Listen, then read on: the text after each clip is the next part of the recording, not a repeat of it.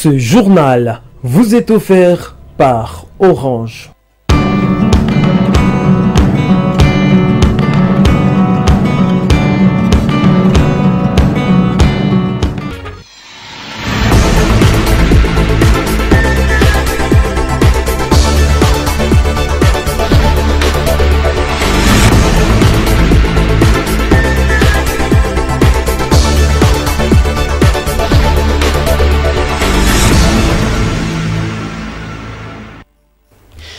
L'édition du journal, c'est l'heure. Mesdames, Messieurs, bienvenue à tous et à toutes à la une de l'actualité. Le problème de filets à mailles prohibés n'est toujours pas éradiqué complètement dans la province du Tanganyika. Après plusieurs patrouilles menées, bien sûr, pour mettre hors d'état de nuire ces filets destructeurs, certains pêcheurs utilisent à présent d'autres méthodes mettant en danger l'avenir des poissons se trouvant dans les majestueux lacs Tanganyika. C'est un constat fait par votre rédaction.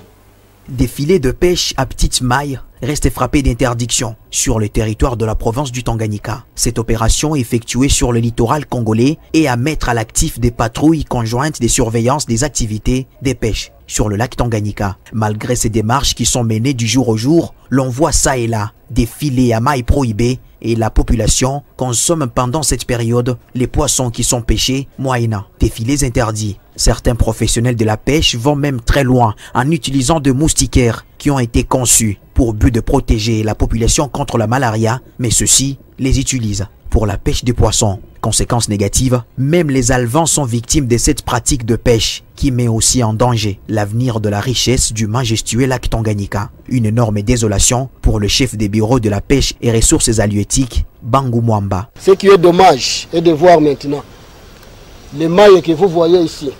Ce n'est pas les mailles autorisées pour utiliser ces filets, parce que c'est des petites mailles. Ça prend même les petits poissons. Et nos pêcheurs ne se limitent pas par ici. Ils vont même exagérer à prendre maintenant des moustiquaires tels que vous les voyez ici. Ces moustiquaires sont distribués par la santé pour nous aider à nous protéger contre la malaria. Mais eux vont prendre maintenant ça, aller jusqu'à placer sur leur filet. Maintenant, on ne sait pas avec quelle intention. Sinon, nous risquons maintenant un jour de rester rien qu'avec de l'eau dans notre beau lac ici, par manque de la conscience de ces pêcheurs. Ces filets à mailles prohibés, signalons-le, favorisent la diminution, l'extinction et la disparition des poissons. Il ne sera pêcheur que celui qui aura le permis de pêche délivré par la division provinciale de la pêche et élevage. Cette mesure sera prise incessamment dans l'objectif de pratiquer la pêche d'une manière patriotique et responsable. Ce sont là le propos du chef des divisions AI de la pêche et élevage, Jean-Ghislain Kaout. Nous allons désormais, pour donner un permis de pêche à un exploitant, il va falloir d'abord qu'il s'engage envers la province, envers la République, envers les... Vous savez, c'est un lac que nous partageons avec la Zambie, la Tanzanie, le Burundi, et il ne faut pas que les mauvais exploitants soient congolais. Donc, les meilleurs exploitants de ces lacs doivent être congolais. Nous voulons vraiment sensibiliser nos exploitants pour que la partie congolaise soit la partie modèle. Nous apprenons que sur le lac, l'ancien lac Idi Amin, je ne sais pas moi là, les pêcheurs congolais vont dans les eaux de l'Ouganda, on les arrête, c'est humiliant pour la RDC. Ce n'est pas cela que nous voulons chez nous. Nous voulons que les exploitants modèles soient congolais. Et pour cela, nous allons leur proposer un acte d'engagement. Ils doivent s'engager de respecter la législation de la RDC, de respecter la charte régionale des pays membres de l'autorité du lac. Ils doivent spécifiquement s'abstenir de polluer notre lac, de pêcher dans les zones de frayère, de pêcher avec les filets prohibés, à mailles prohibées, de souscrire à la déclaration de leurs statistiques journalières. Voilà. Donc il y a certains engagements qu'ils devront prendre désormais avant que nous puissions accepter de leur octroyer un permis. Les vendeurs et cabinistes se trouvant sur la place Jet-Set Kisebwe dans la commune de la Lukuga dénoncent de tracasseries policières auxquelles ils font face à ce dernier temps. Ces citoyens affirment être victimes de tracasseries de toutes sortes de la part des agents de l'ordre. Lors d'une descente que nous avions effectuée ce jeudi 11 août 2022, certains cabinistes, agents de MPSA et vendeurs de fruits retrouvés sur les lieux ont dénoncé cette situation qu'ils qualifient d'une tracasserie pure et simple de la part de la police nationale congolaise. Ces citoyens pointent du doigt accusateur aux agents de sécurité, particulièrement les policiers commis à la surveillance de cette partie appelée communément Jet-Set à Kisebwe. Selon de nombreux témoignages recueillis, les éléments de la police nationale congolaise ravissent régulièrement des parasols et des détaillants et exigent une amende équivalente à 5 000 francs congolais au motif que cette partie n'est pas autorisée à la vente, à en croire ces mêmes vendeurs. La plupart de ceux qui exercent le commerce sur cette partie se disent être victimes de cette opération menée par les policiers et se demandent où va cet argent. Un autre point mérite d'être souligné d'après les mêmes sources, celui des tracasseries perpétrées par les patrouilleurs. Les garçons se sentent sans liberté efficace dès qu'il fait 20 heures, a conclu Zilipendwa, appelé par ses fans Mudjugu wa Mungu, qui demande en même temps aux autorités de s'impliquer dans cette situation déplorable pour trouver des solutions idoines.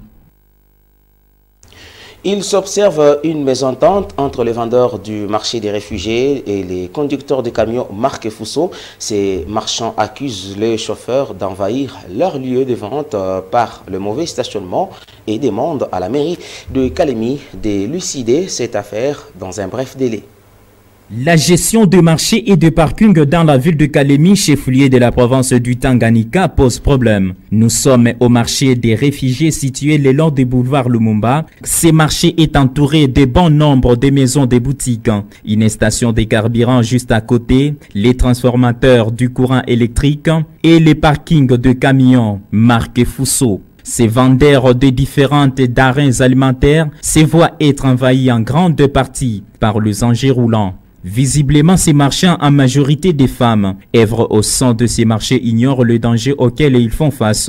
Et pire encore, certains étalent sous la haute tension leurs marchandises sans tenir compte des circonstances malheureuses qui peuvent en découler. Ces femmes et hommes qui exercent leur petit commerce dans ces petits marchés, considérés comme marchés pirates, ont invoqué l'envahissement et les mauvais stationnements des camions par le chauffeur, ce qui rend de plus en plus la petitesse de ces marchés. Et ils ont imploré l'implication du gouvernement provincial dans la recherche des solutions durables. Face à cette situation, la mairie de Kalemi est appelée à élucider cette affaire en vue de départager ces deux camps.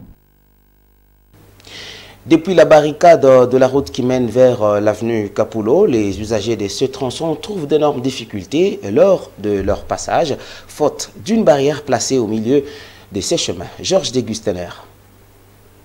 C'est depuis quelques mois que le sentier allant vers avenue Kapulo, en passant par la procure de la paroisse Christ-Roi de l'église catholique, a été fermé. Ces sentiers étaient beaucoup fréquentés par la majeure partie des habitants vivant à ces environs et servaient également aux motocyclistes et aux transporteurs à vélo des passages vers cette partie de la ville. Ces sentiers permettaient également des passages vers d'autres coins de la ville de Kalemi, notamment les quartiers 4 coins et 3 coins. Barricadés dans son état actuel, les motocyclistes sont confrontés à d'énormes difficultés, à en croire un cycliste transporteur qui s'est exprimé sous peine d'obtenir des solutions palliatives face à ces dilemmes auxquels ils font face.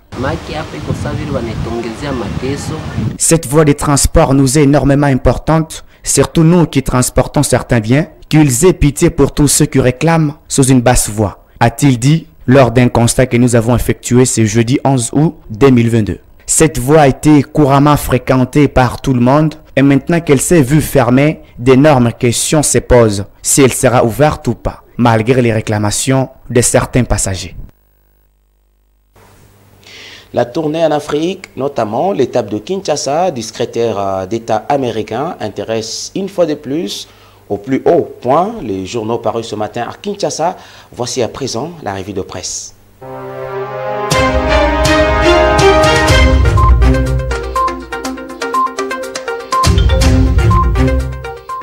Les activités organisées en marge de la visite du secrétaire d'État américain à Kinshasa ont fait la une de plusieurs journaux parus ce matin dans la capitale congolaise. Mesdames et messieurs, revue de presse. Forum des As titre en saïne. Des laïcs protestants sollicitent le soutien des États-Unis pour stabiliser l'Est de la RDC.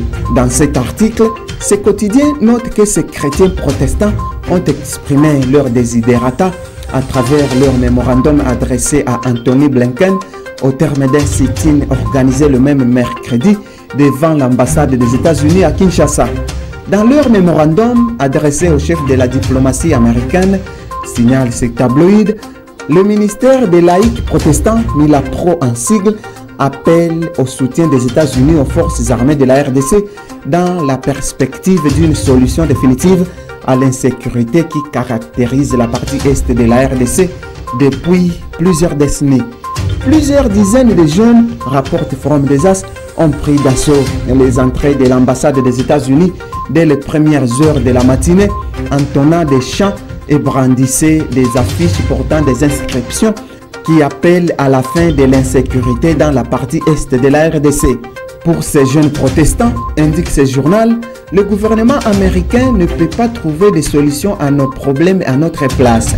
Il a cependant la capacité, si volonté il y a, de nous assister dans divers domaines à les résoudre par nous-mêmes. Les ONG de la société civile congolaise ne partagent pas cet avis. Repris dans les colonnes du journal La Tempête des Tropiques, ces organisations encouragent plutôt le gouvernement américain via une déclaration adressée à Anthony Blinken à financer l'achat des équipements militaires modernes pour la paix à travers le pays, plus particulièrement dans sa partie est.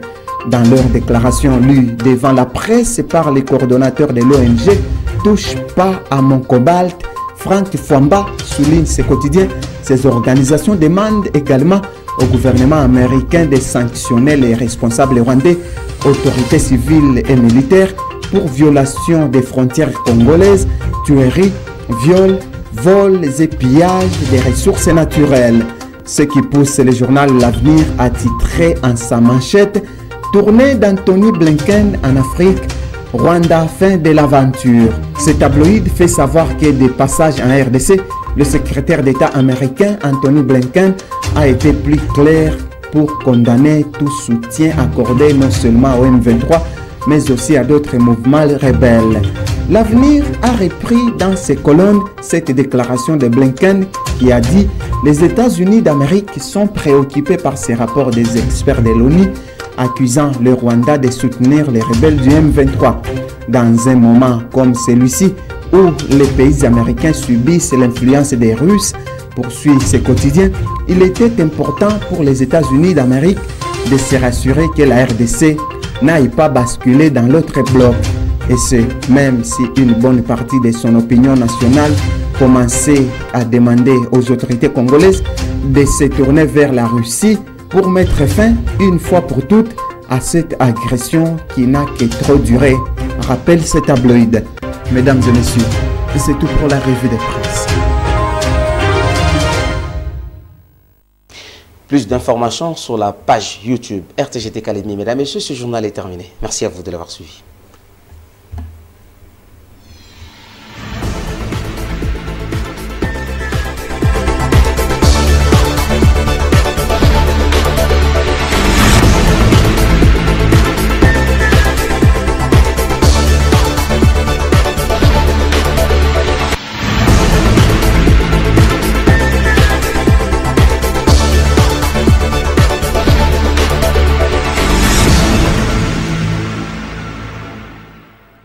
Ce journal vous a été offert par Orange.